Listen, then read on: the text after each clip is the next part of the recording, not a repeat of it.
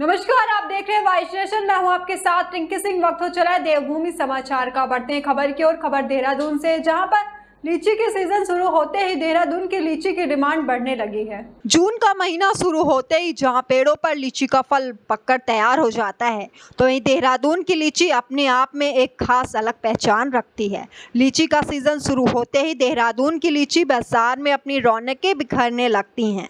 हालांकि इस बार मौसम में तेजी होने के कारण लीची को नुकसान भी हुआ है, लेकिन देहरादून की खास लीची लोगों को अपनी ओर आकर्षित कर रही है। जहां जून में लीची पेड़ में पककर तैयार हो जाती है, तो वहीं जून माह में भारी संख्या में पर्यटक भी उत्तराखंड आते हैं। देहरादून आने वाले मेहमान चाहे पर्यटक के रूप में पहुंचे या फिर किसी रिश्तेदार के घर गर्मियों के छुट्टी बिताने आए, लेकिन देहरादून की लीची का स्वाद लिए बिना वापस नहीं लौटते हैं। देहरादून की रोज सेटेज, कालतिया, शाही और बेताना किस्मों की लीची ने बाजार में अपनी रंगत बिखेरनी शुरू कर दी है। हर वर्ष लीची के बाग खरीदने वाले जुल्फकार बताते हैं कि देहरादून की लीची की डिमांड काफ़ी अधिक है। देहरादून के साथ ही बाहर भी इसकी डिमांड होती है। अभी लीची में कुछ खटास है क्योंकि अभी फसल की शुरुआत है। कुछ दिनों बाद लीची बेतहाशा मीठी हो जाएगी। तो प्रवाह की वजह से थोड़ा हल्का सा डाउन हुआ, लेकिन सीजन ठीक है फिर भी। और 2-3 दिन में स्टार्टिंग है ना, और 2-3 दिन के बाद में सुधार हो जाएगा। भाई ये तो देखो कुदरत के अधीन बात है। ये सही हालत में कंट्रोल हो जा, ये अंदाज सब पर हो जा, और प्रवाह चल जा, बारिश हो जा तो ये टपक जा। पूरी फेमस लीची है। हाँ, देहरादून का रिकॉर्ड है, नाम है लीची के मामले में, फेमस लीची है। बढ़ते अगली खबर की ओर। अगली खबर काशीपुर से, जहां पर ओबीसी समाज के सम्मेलन को सांसद अजय भट्ट ने संबोधित किया है। डढ़ियाल रोड स्थित बाजवा रिजॉर्ट के सभागार में आज ओबीसी समाज के जनप्रतिनिधि सम्मेलन में प्रतिभाग करते हुए नैनीताल ऊधम सिंह नगर लोकसभा क्षेत्र के सांसद अजय भट्ट और ओबीसी मोर्चा के भाजपा के प्रदेश उपाध्यक्ष उपेंद्र चौधरी के नेतृत्व में ओबीसी के लोगों को सांसद अजय भट्ट ने सम्मेलन के दौरान टिप्स दिए। उन्होंने प्रेस वार्ता करते हुए कहा कि इस समय पूरे देश में महाजन संपर्क अभियान चलाया जा रहा है। इस समय हम भी संपर्क कर रहे हैं। आज यहाँ ओबीसी के लोगों से संपर्क कर रहे हैं क्योंकि वोट लेते समय लोग तरह तरह के उल्हासने देते हैं कि हम ये करेंगे, लेकिन पहली बार ऐसा हुआ है जब मोदी जी आए तो ओबीसी आयोग का गठन किया गया और बहुत सारी सुविधाएं ओबीसी को दी गई। इतना ही नहीं, उत्तराखंड में तो बहुत ही ऐतिहासिक काम हुआ है, जो कि ओबीसी वर्ग से हमारी बहन डॉक्टर कल्पना सैनी आती हैं, उनको यहाँ राज्यसभा का सांसद बनाया गया। इसलिए कोई भी डिमांड ऐसी नहीं है जो पूरी नहीं की जा रही है। भाजपा ने समाज की जो लंबे समय से लंबित मांगे थे उनको पूरा किया है और मोदी जी ने ओबीसी समाज को सम्मान दिया है। सम्मेलन के दौरान भाजपा और ओबीसी समाज के सैकड़ों लोग उपस्थित नजर आए। इस समय आप पूरे देश में देख रहे हैं महासंपर्क जन अभियान चल रहा है हमारा। इस समय हम हर एक से संपर्क कर रहे हैं। आज हमारा यहाँ पर ओबीसी मोर्चे के लोगों से, ओबीसी के लोगों से, जितने भी लोग हैं उनसे संपर्क कर रहे हैं, क्योंकि वोट लेते समय तो लोग बाग तरह तरह के उलाहने देते हैं, कहते हैं हम ये कर देंगे, ये कर देंगे, ये कर देंगे। लेकिन पहली बार ऐसा हुआ जब मोदी जी आए तो हमको जो ओबीसी आयोग हुआ उसका गठन किया गया और बहुत सारी सुविधाएं ओबीसीज को दी गई। इतना ही नहीं, उत्तराखंड में तो बहुत ही ऐतिहासिक काम हुआ कि जो ओबीसी वर्ग से आती हैं हमारी बहन जी डॉक्टर कल्पना सैनी जी, उनको यहाँ का सांसद बनाया गया राज्यसभा का। इसलिए कोई भी डिमांड ऐसी नहीं है जो पूरी नहीं की जा रही है। लगातार और लगातार हम लोग समाज की जो डिमांड्स लंबे समय से लंबित थी उनको पूरा करने में भरसक प्रयास किया है और मोदी जी ने हर कोई बात को मानते हुए विशेष सम्मान दिया है पूरे ओबीसी दर्जे को।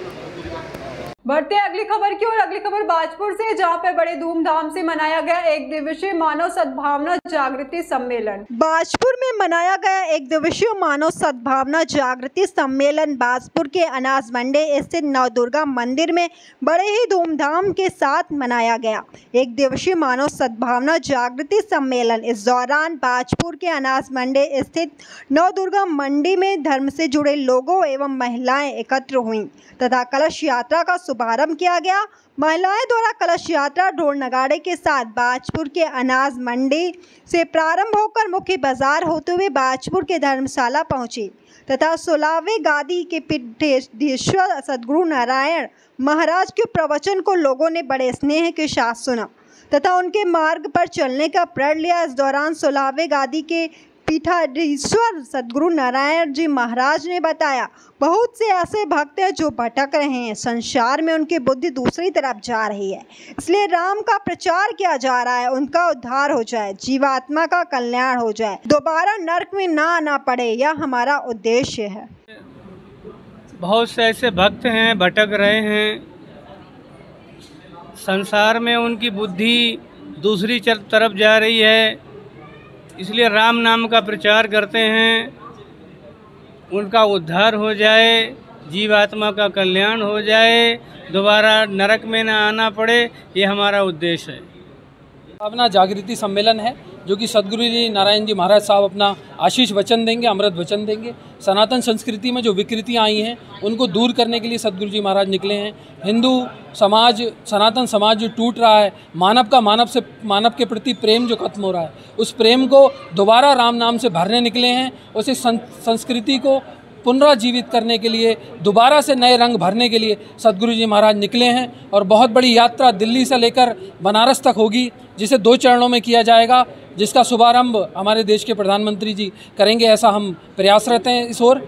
और आप सभी जो भी हमारे इस चैनल के माध्यम से सुन रहे हैं उनको एक ही संदेश देना चाहेंगे कि सद्गुरु नारायण जी महाराज साहब घर घर राम हर घर राम का जो अद्वितीय अभियान लेकर चले हैं वो वाकई ऐतिहासिक होगा और बहुत ही संजीवनी की तरह पूरे देश को लाभ देगा, पूरे देश को आनंद देगा। बढ़ते अगली खबर की ओर। अगली खबर सितारगंज से है, जहां पर सर्व धर्म सेवा समिति के अध्यक्ष जागीर सिंह के यहाँ आवश्यक बैठक हुई है। सर्वधर्म सेवा समिति के अध्यक्ष जागीर सिंह के यहाँ हुई एक आवश्यक बैठक, जिसमें मुख्य रूप से उपस्थित रहे सरदार देवेंद्र सिंह। बैठक की अध्यक्षता करते हुए सरदार जागीर सिंह ने बताया कि आज हमारे यहाँ मुख्य रूप से मुख्य अतिथि के रूप में सरदार देवेंद्र सिंह पहुँचे हैं, जो कि USA से आए हैं।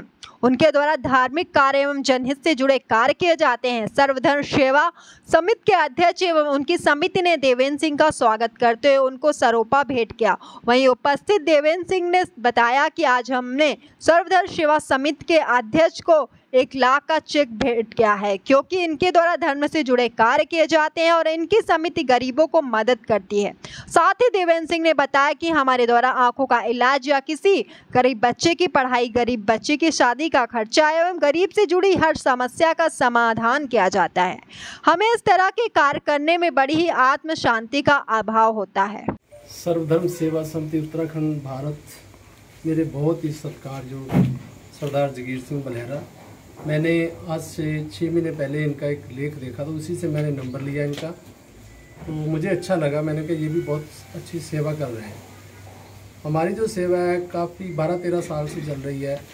आँखों का फ्री ऑपरेशन हो रहे हैं, बच्चों की पढ़ाई के लिए, गरीबों के छत नहीं है तो उनके लिए, गरीब के लिए छत दे रहे हैं हम।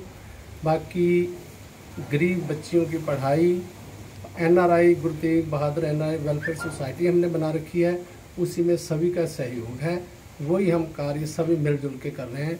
आज मैं बहुत धन्य हूँ, बड़ा खुशी मिल रही है। सभी मेंबर आज जो इकट्ठे हुए हैं, हमारा सत्कार हुआ, मुझे इतनी खुशी हो रही है। वाहिगुरु जी का खालसा, वाहिगुरु जी की फतेह।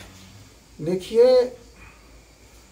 मैं बिल्कुल खुलकर बात ये कहूँगा, मुझे कोई बेखौफ होकर बोलूँगा कि धर्म एक ऐसा शब्द है कि जिसकी व्याख्या करना बहुत कठिन है, और धर्म के ही डोर में सब संसार बंधा हुआ है।